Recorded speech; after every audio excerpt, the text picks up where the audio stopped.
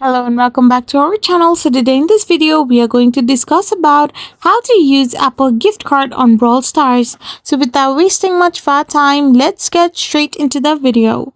So to use an Apple gift card for Brawl Star purchases, you need to first redeem the gift card to your Apple ID balance. Then when making in-game purchases, Brawl Stars will automatically use your Apple account balance before resorting to any other payment method. So first of all, redeem the Apple gift card.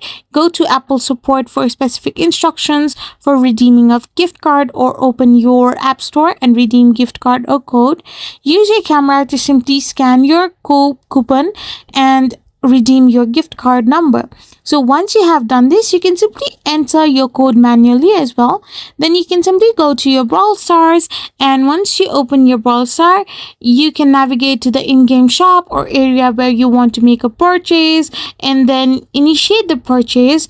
Brawl Stars will now automatically use your Apple account balance first. So this is how you can do this. I hope you found this video helpful. So don't forget to hit that subscribe button and do give us a thumbs up. Thank you for watching.